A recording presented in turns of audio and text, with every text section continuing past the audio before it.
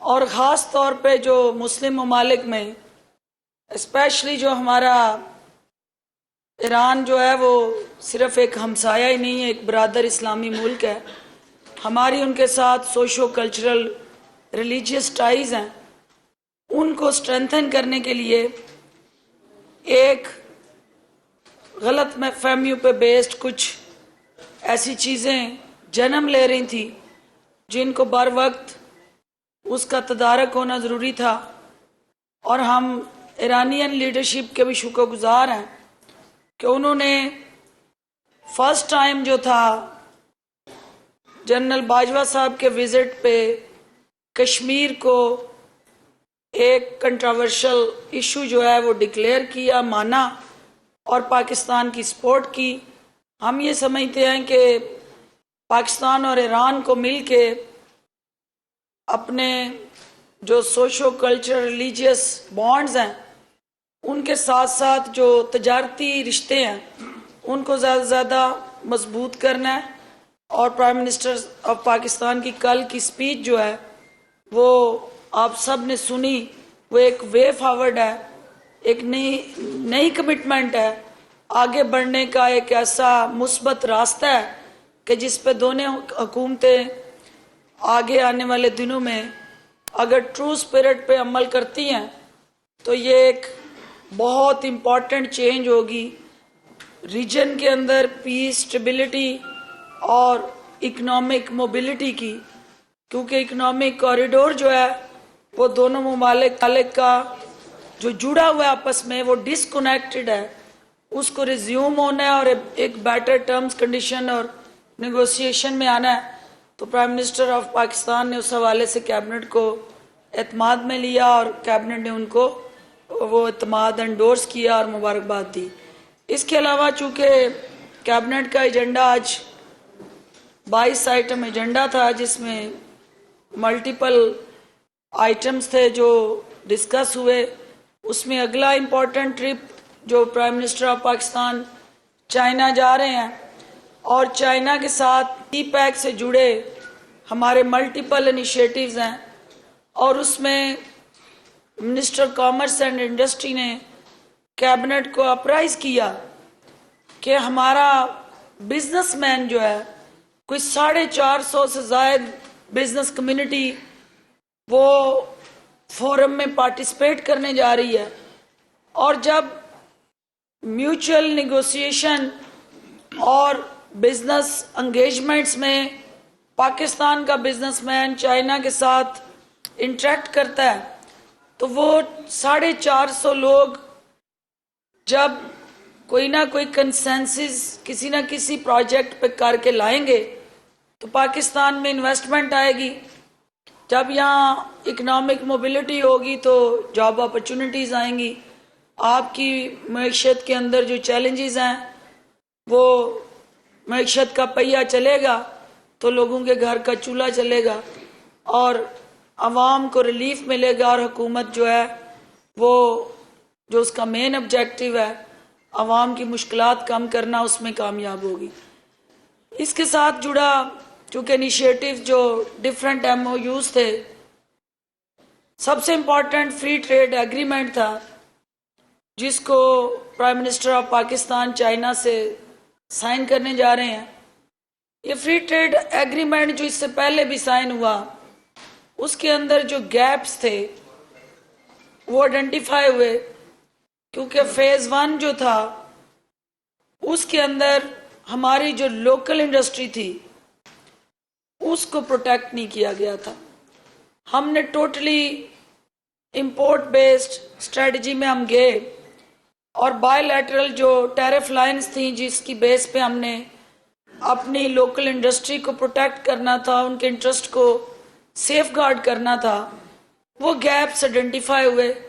اور یہ فیز 2 میں آفٹر کنسلٹیشن اینڈ نیگوسیشن ایک ون ون سچویشن جس میں چائنا ریزسٹ کرتا رہا.